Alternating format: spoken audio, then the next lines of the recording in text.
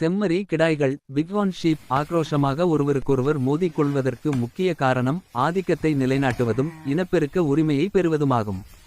இந்த நடத்தை பெரும்பாலும் ஆண் கிடாய்களிடையே காணப்படுகிறது, குறிப்பாக இனப்பெருக்க காலத்தில்.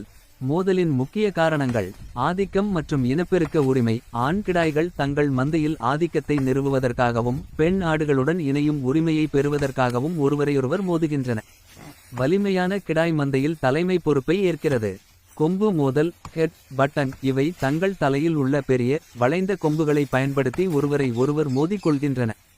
இந்த மோதல் அவற்றின் வலிமை, ஆரோக்கியம் மற்றும் மரபணு தகுதியை காட்டுகிறது, இது இனப்பெருக்கத்தில் வெற்றி பெற உதவுகிறது. இயற்கையான உயிரணு தேர்வு. இந்த மோதல்கள் இயற்கையான தேர்வின் ஒரு பகுதியாகும். வலிமையான மற்றும் ஆரோக்கியமான கிடாய்கள் மட்டுமே இந்த மோதல்களில் வெற்றி பெறுகின்றன, இதனால் அவை தங்கள் மரபணுக்களை அடுத்த தலைமுறைக்கு கடத்துகின்றன.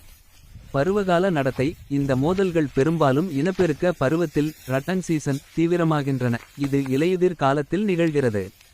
இந்த நேரத்தில் ஆண் கிடாய்களின் ஹார்மோன் மாற்றங்கள் அவற்றை மிகவும் ஆக்ரோஷமாக்குகின்றன.